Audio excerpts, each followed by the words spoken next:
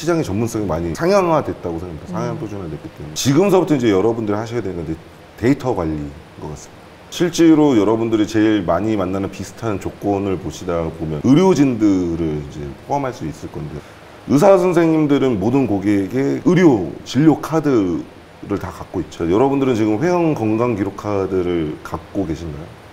데이터는 확보하고 계십니다. 이 부분이 없다면 미래에서는 교환할 게 없을 겁니다. 개인적인 브랜드를 통해서 인스타로 고객을 오는 것뿐만이 아니라 내 고객이 나를 만나기 전과 후가 건강 데이터가 얼마나 좋아졌는지에 대한 부분을 갖고 있는 사람과 없는 사람은 이제 구분이 될 겁니다. 많은 사람들이 대표라고 하면은 TV에서 보는 것처럼 김 실장 이리 와 이럴 것 같지만 전혀 그런 일은 일어나지 않죠. 네, 이제 배워야 될 거 계속 쌓여 있고, 그 다음에 일을 진행하는데 못하는 빵꾸들은 계속 터지잖아요. 죄송해요. 빵꾸가 아니라 시행착오들이 생기지 않습니까? 그거를 또 메꾸기 위해서 또 학습을 또 해야 되다 보니 결국에 그걸 되게 즐거워해야 되는 것. 이런 얘기에 귀담아 듣지 않았으면 좋겠습니다. 젊은 대표님들. 야, 그거 내가 해봤는데 이거 그렇지 않습니다. 스스로 해보시면서 느끼는 게 좀 더 많다고 생각을 하고, 선배가 할 수 있는 조언은 내가 해봤는데가 아닙니다. 그거 했는데 뭐가 어려웠어? 를 들어주고 빨리 그거를 좀 일어설 수 있게끔 응원해주고 그걸 학습하게 도와주는 거지. 제 인생 다르고 그 사람 인생이 다르기 때문에 그 사람의 인생에 편협한 시선을 주는 거는 선배로서 좋지 않다고 생각합니다. 2부에서는 이제 피트니스 분들을 대상으로 교육자 관점에서 질문들을 구성을 했어요. 교육자 관점에? 대표님이 생각하시는 고객이 찾고 싶은 공간이나 사람을 만드는 가장 중요한 한 가지 원칙은 무엇인가요? 이 사람의 몸을 다루는 직업인과 동시에 사회적인 관계라든지 그다음 심리적인 이런 보탬, 전문가로서는 생체, 사회, 심리 이 세 가지를 33%씩 꼭 갖고 계셔야 됩니다. 근데 보통 지금 여러분들 공부하는 게 생체, 특히나 해부학만 갖고 있다 보니까 그걸 100이라고 치더라도 몇 프로인가요? 33%죠. 한 조각밖에 안 되다 보니까 나머지 66%가 비는 안타까운, 그러니까 노력의 효율성이 너무 없다 라는 것들이 있기 때문에 그 부분만 좀 잘 조절하신다면 좋을 것 같고, 잘 모르겠으면은 김유림 대표님께 질문을 하시면 제가 언제든지 나타나겠습니다. 네. 고객의 마음을 읽고 귀를 기울이는 것이 중요하다고 하셨는데, 대표님께서는 고객과 소통할 때 사용하시는 어떤 전략적인 방법이 있으실까요? 네, 가장 전략적인 부분은 이제 저희가 팀원들한테도 얘기할 때 커뮤니케이션의 8가지 전략들이 있습니다. 우선 뭐 그런 부분들도 있지만 사실 전략보다는 이걸 아우러서 얘기하면 결국에는 모두가 아는 경청이죠. 그리고 태도를 바라보는 눈. 작가들은 기본적으로 되게 입체적으로 세상을 바라보는 게 있거든요. 사람을 봤을 때. 예를 들면 이런 거에 가깝습니다. 고객님이 오늘 딱 걸어오는데 어깨가 축 늘어져 있고, 그 다음에 눈을 바닥으로 있고 한숨을 쉬면서 들어온다. 그러면은 그 빨리 순간에 그걸 캐치하는 겁니다.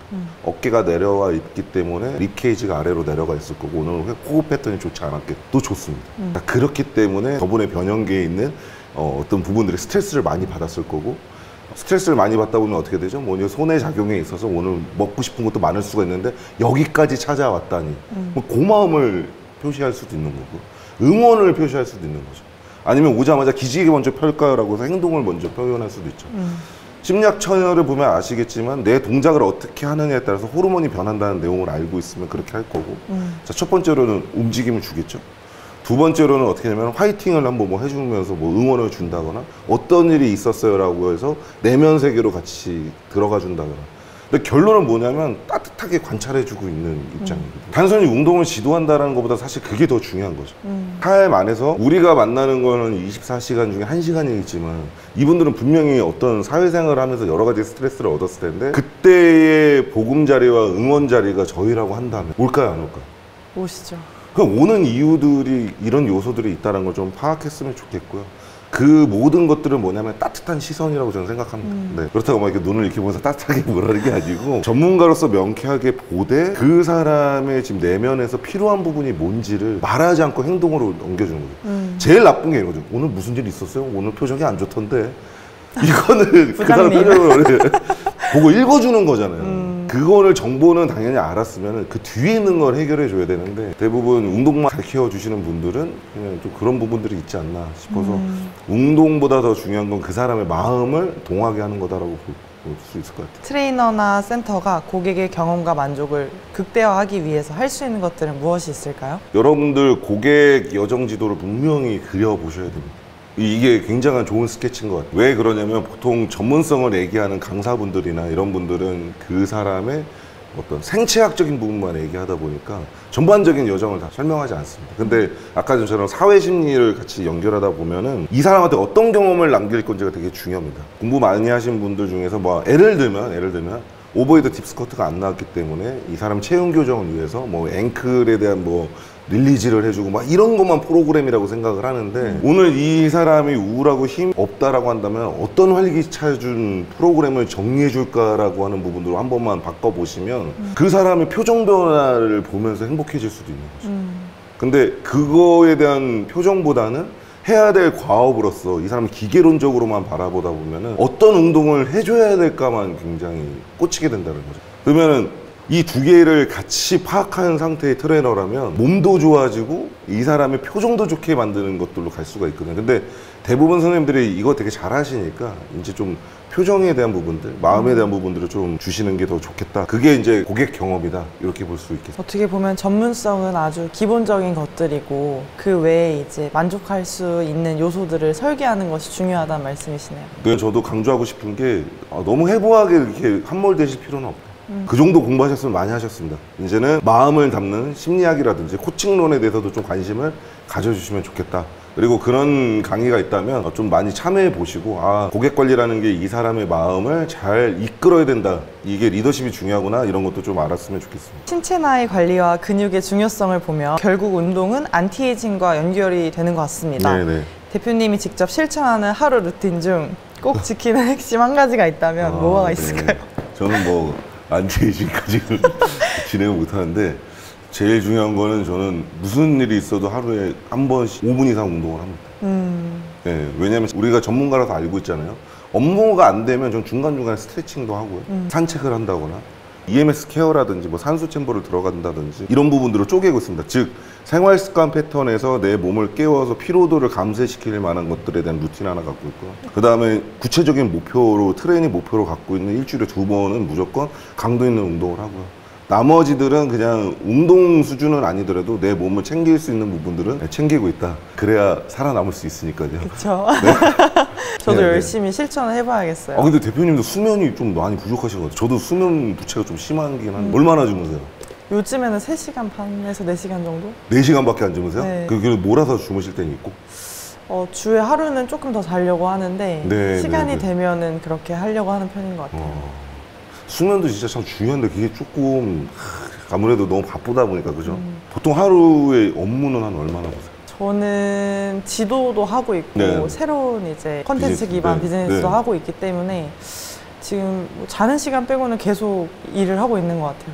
뭐 택시 안에서도 하고 버스 안에서도 하고. 많은 사람들이 대표라고 하면은 그 TV에서 보는 것처럼 김 실장 이리 와 이럴 것 같지만 전혀 그런 일은 그쵸. 일어나지 않죠. 네, 이제 배워야 될 거 계속 쌓여 있고, 그 다음에 일을 진행하는데 못하는 빵꾸들은 계속 터지잖아요. 죄송합니다. 빵꾸가 아니라 어떤 시행착오들이 생기지 그쵸, 않습니까? 그쵸. 그거를 또 메꾸기 위해서 또 학습을 또 해야 되다 보니 결국에 그걸 되게 즐거워해야 되는 거. 저는 사실 되게 좋거든요. 맞아요. 희열감도 있고 뭐 만들어서 이야 이런 것도 있고 이게 만약에 지금 유튜브 채널로 올라가나요? 네. 네. 그래갖고 피트니스 전문 유튜브 채널 이거 딱 10만 되면 얼마나 더 즐거울 거예요, 그죠?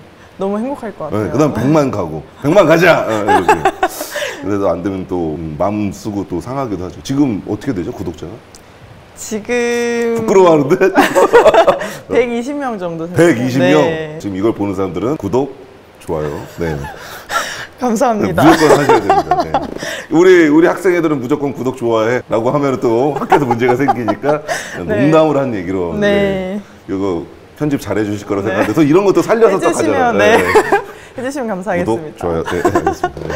현장은 연구실이 아니다라는 말씀을 하셨는데 네네네. 이 말을 통해 전달하고 싶으셨던 대표님의 생각과 배경이 궁금합니다. 제가 쓴소리를 저도 할 수 있다고 생각합니다. 연구실에 있는 얘기들을 자꾸 하는 거예요. 논문에 대한 근거들은 굉장히 중요하긴 합니다. 그런데 그 논문이라고 하는 부분들이 편협하다는 거죠. 뼈, 관절 이런 얘기만 자꾸 어렵게 이렇게 푸는 거죠. 사실상 병원에 가보면 다 전문 재활센터들이 있습니다. 예방 차원의 헬스케어 입장으로 봤을 때는 운동의 습관을 만들어준다거나 이 사람이 운동을 계속 즐겁게 할 수 있는 여러 가지 레크레이션들을 만들어 준다거나, 그 다음에 뼈보다도 사실상 실제적으로 큰 문제들은 다 심혈관계 문제가 있지 않습니까? 그런 부분들에 대해서 어떤 성인병에 대한 부분들을 해줄 수 있다거나, 이 비의료 체계에서 할 수 있는 부분이 너무나도 많음에도 불구하고 그놈의 뼈대는 계속해서 얘기를 하고 있다는 거예요. 교정운동, 교정운동, 교정운동. 그 실질적으로 그게 현장에서 교정운동이 만약에 되느냐라고 친다고 치면 대형 피트니스 센터에서 하기도 어렵습니다. 왜냐하면 기구가 빼곡하게 차 있는 그 상태에서 스트레칭 존이라고 찾아볼 수 없는 데가 굉장히 많거든요. 그러면 그런 걸 배운 트레이너가 거기에 갔을 때는 이제 자기 걸 구현해낼 데가 없으니까 슬퍼하는 경우도 많죠. 물론 저희는 선수재활센터로 있다 보니까 여백이 있는 데들이 굉장히 많지만, 그리고 건강한다라는 게 꼭 체형만 있는 건 아니지 않습니까? 체력에 대한 얘기는 왜 이렇게 안 하는지 모르겠어요.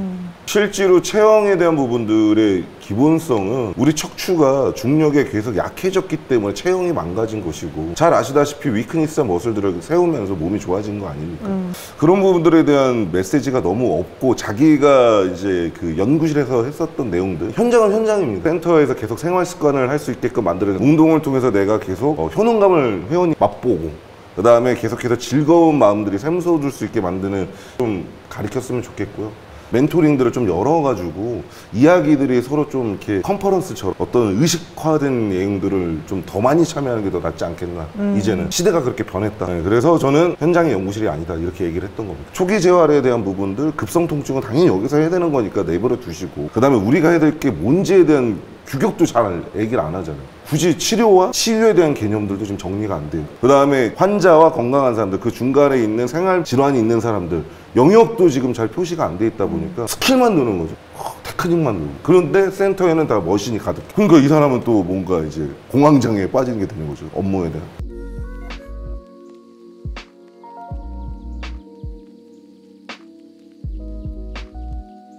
젊은 사업가의 지금 이야기를 여러분들은 지금 듣고 있습니다. 네, 얼마나 이게 생경한데 하나하나씩 맞죠? 비즈니스를 하시다 보니까 네. 처음 기획과 또 다른 의도들이 지금 들어오고 맞아요, 있고. 맞아요. 이거를 이제 재생산이라고 하잖아요. 네, 비즈니스를 참 잘하시는 것 같습니다. 감사합니다. 자, 이번 6번으로 넘어가도록 하겠습니다. 시장에 2만 5천 명의 지도자가 단순히 운동을 가르치는 사람을 넘어서 건강관리 전문가로 성공하기 위해서 가장 먼저 준비해야 할 것은 무엇이라고 보시나요? 저희가 생각했을 때 시장의 전문성이 많이 상향화됐다고 생각합니다. 상향 표준화됐기 때문에 지금서부터 이제 여러분들이 하셔야 되는 건데 데이터 관리인 것 같습니다. 실제로 여러분들이 제일 많이 만나는 비슷한 조건을 보시다 보면 의료진들을 이제 포함할 수 있을 건데, 의사 선생님들은 모든 고객에게 의료 진료 카드를 다 갖고 있죠. 여러분들은 지금 회원 건강 기록 카드를 갖고 계신가요? 데이터는 확보하고 계십니다. 이 부분이 없다면 미래에서는 교환할 게 없을 겁니다. 개인적인 브랜드를 통해서 인스타로 고객을 오는 것뿐만이 아니라 내 고객이 나를 만나기 전과 후가 건강 데이터가 얼마나 좋아졌는지에 대한 부분을 갖고 있는 사람과 없는 사람은 이제 구분이 될 겁니다. 실제로 지금 튼튼론을 이제 그런 걸로 이제 보실 수가 있고, 거기서 업그레이드된 부분들을 여러분들한테 좀 소개를 시켜드리자면, 미국의 엑소스라는 회사가 있습니다. 운동선수들은 비포 애프터가 되게 중요합니다. 왜냐하면 저희 더운동각센터 옛날에 보면은 선수들이 여기 들어오면 나갈 때 어떤 피지컬적인 부분이 좋아졌는지 보고서를 써서 거기는 해당 코치와 감독한테 주게 되어 있어요. 그냥 컨디션이 좋아졌어요. 이런 말로는 거래할 게 없습니다. 그러지 않나요? 자, 그렇다라고 한다면 앞으로는 지금 대학교에 있는 교수들 건강검진을 했는데 혈압이나 당뇨 이런 거 계속 안 좋은 게 나오면 나가야 됩니다. 우선 학교 입장에서 산재적인 부분들을 미리 막고 싶은 거예요. 그러니까 과로사라고 하는 걸 한번 예를 들어봅시다. 기업 입장에서 이 사람이 과로사였다라는 건 회사에서 일을 많이 시킨 것도 있지만 이 사람이 자기 관리를 안 한 부분들도 분명히 존재하고 있잖아요. 그거를 기업 웰리스라고 해요. 미국이나 이런 초대 기업들은 알고 있는 거예요. 오랜 시간 쥐어짜가지고 하는 거는 생산력이 적다. 중요한 건 뭐냐, 이 사람의 컨디션 유지를 잘해야 된다. 결국 피지컬 레벨로 연결되기 때문에 구글 같은 데 보면은 막 갑자기 가다 막 요가하고 막 이런 경우가 그런 거예요. 결국 이제 가르치는 것보다 건강을 컨설팅하고 설계하는 부분으로 넘어가야 된다. 그런 부분에 대한 데이터를 확보하려면은 저를 만나셔야겠죠. 대표님이 방금 해주신 말씀이랑 어떻게 보면 연결이 되는 질문 같아요. 10년 뒤 트레이너나 지도자는 지금과 어떻게 달라져 있을지, 또 그 변화 속에서 가장 준비가 잘 된 트레이너는 어떤 모습일지 궁금합니다. 우선 과거로 한번 돌아가 볼게요. 2000년도에 몸짱이라는 게 생겼습니다. 그때는 지금처럼 피트니스 대회가 많지 않았죠. 그리고 나서 무슨 이제 잡지들도 생기고 대회가 우후죽순 생기고, 그리고 나서 있었던 게 바디빌더들의 머슬매니아가 오면서 엄청나게 컸죠. 그러면서 그걸 베이스로 한 PT샵들이 엄청나게 많이 성공 사례를 가뒀습니다. 그 말인 뜻은 뭐냐면 그때 당시에 바디빌딩을 했던 사람들은 다 돈을 번 거예요. 근데 지금 바디빌딩 챔피언이 누군지는 아무도 모릅니다. 왜냐면 주마다 대회가 3개씩 열린다고 쳤을 때 거의 뭐 150개, 한 200개 정도 대회가 열리고 있습니다. 희소성에서도 우선 밀리게 됩니다. 두 번째로 볼게요. 필라테스가 하도 이제 몸을 얘기하고 막 이제 근비대에 얘기를 하다 보니까 체형에 대한 얘기, 그 다음에 좀 더 운동토는 낮지만 쉽게 할 수 있는 부분들, 물론 이제 필라테스가 각광받게 되죠. 그래서 엄청나게 또 교육업체들이 막 생기게 됩니다. 근데 잘 생각해보면 그때 1, 2, 3위 하던 회사들은 돈 벌고요. 뒤에 있는 상태에서는 지금 뭐냐면 폐업이 부지기수겠죠. 그러면 제가 아까 말씀드린 것처럼 세 번째는 그러면 어떤 시기가 올 거냐. 고객 데이터를 갖고 있는 트레이너로 헬스케어나 웰니스를 합쳐질 수밖에 없어요. 왜냐면 병원 입장에서는 반대로 이제 뭐 아까 전에 얘기를 했었지만 저희 같은 웰니스 센터를 찾고 있습니다. 지하실에 우리랑 같이 일을 했으면 좋겠어요. 왜냐면 고객 여정이 진료에서 약 드리고 다시 오는 케이스가 아니라 여기서 이제 운동을 하는 여정을 길게 내뿜는 부분으로 바뀌고 있고요. 실제로 외국에는 CT 정형외과라고 하는 데가 그렇게 AT들하고 연결해갖고 비즈니스를 확산시키고 있습니다. 그러면 여러분들이 지금 잘 되는 상황만 보실 게 아니라 지금 내가 투자해서 미래에 한 5년 뒤에 블루오션인 게 뭔지를 생각을 해보셔야 돼요. 그러면 사람들이 봤을 때 야, 너 그거 왜 해? 왜 뭐 그게 너한테 지금 바로 돈이 돼? 이런 사람들은 짧은 생각입니다. 왜냐면 투자를 생각 안 하는 거죠. 바디빌딩이라고 하는 부분이 되게 사람들한테 많이 퍼지기 전에 5년 전에 미리 투자했던 사람들은 훨씬 더 큰 캐파를 시장을 먹습니다. 그리고 더 용이해지죠. 저는 좋았던 게 뭐였냐면 그 당시에 재활운동이라든지 교정운동이라든지 이런 부분들을 다른 사람들보다 5년 전에 공부를 했기 때문에 2014, 15, 16 때 엄청나게 아카데미가 잘 됐던 겁니다. 근데 지금 스포드림에만 한번 쳐보세요. 재활운동 가르치는 게 한 60개가 넘을 겁니다. 자, 공급자 과잉이고 수요자는 그대로인데 그러면 뭐냐면 당연히 성공하기 어렵습니다.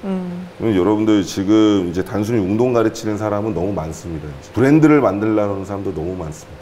근데 그 브랜드를 어떻게 만들 거냐, 고객에 대한 건강 데이터를 기록하는 사람이 되세요. 그러면 그분이 자기의 스튜디오를 만들었을 때도 더 많은 고객들을 받을 수가 있고 고객 데이터 중심으로 고객 관리를 했기 때문에 더 전문성도 더 가질 수 있게 되는 시대가 왔습니다. 그래서 데이터를 만약에 어떻게 하는 게 궁금하시다면 다시 한번 피플을 찾아주시면 될 것 같고 추후에 그런 부분들은 또 한번 우리 구독자들을 위해서 좀 더 좋게 제가 한번 무료 강의를 한번 푸는 것도 좋을 것 같습니다.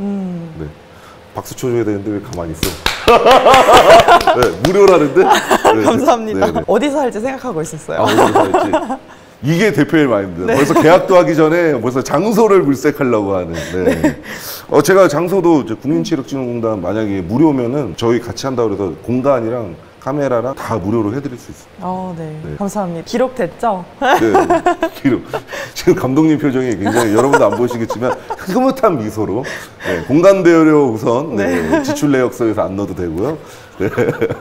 세계적으로도 좋고 그다음에 공단에서도 저희 마케팅 그 돈으로 이제 열심히 이제 마케팅을 하면 되죠. 대표님께서 인문적 고려와 과학적 고려를 동시에 사고해야 한다고 하셨습니다. 왜 이 말을 강조하셨는지 그 안에 어떤 의미를 담고 있는지 더 풀어서 설명해 주실 수 있으실까요? 네, 개인적으로 있었던 일들이에요.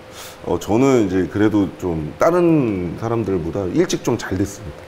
일도 잘 되고 팀원들도 있었고 뭐 교수도 좀 일찍 되는 스타일입니다. 그래서 저는 스포츠학 공부를 잘해가지고 그런 줄 알았어요. 그래서 팀원들한테 생리학 공부, 병리학 공부, 해부학 공부 이런 거를 엄청 많이 가르쳤었습니다. 그랬는데 문제가 뭐냐면 이거를 해외하게 공부를 한 사람일수록 고객 관리가 더 잘 안 되는 거예요. 이상하다. 나는 내가 전문 지식이 많아서 잘 되는 줄 알았더니 옆에서 봤더니 그게 아니었고 전문 지식을 계속해서 공부할 만한 이 업에 대한 열정이 안에 있었고 두 번째는 뭐냐면 아까 전에 얘기했다시피 이 고객이 좋아졌으면 좋겠어 라고 하는 따뜻한 시선이 있었던 거예요.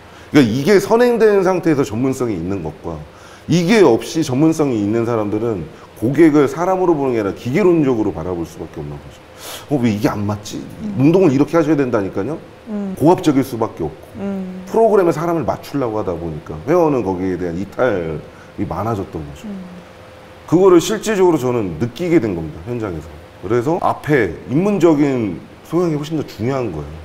내가 잘하고자 하는 것 때문에 해부학과 그다음에 뭐 기능학이 중요한 거지, 기능학과 해부학 때문에 고객이 있는 건 아니거든. 앞뒤가 바뀐 거지. 그런 시기가 있는 분들이 좀 있는 것 같고, 그다음에 계속해서 좀 제가 비판하고 있지만, 교수들이나 아카데미에서 이런 기능 의학적인 부분을 파는 사람들이 지속적으로 계속 이쪽을 얘기하기 때문에 좀 세뇌대한 부분도 좀 있는 것 같습니다. 근데 그보다 중요한 거는 우리는 현장에서 고객을 위해서 이 공부를 하는 거기 때문에 이게 앞에 있어야 된다.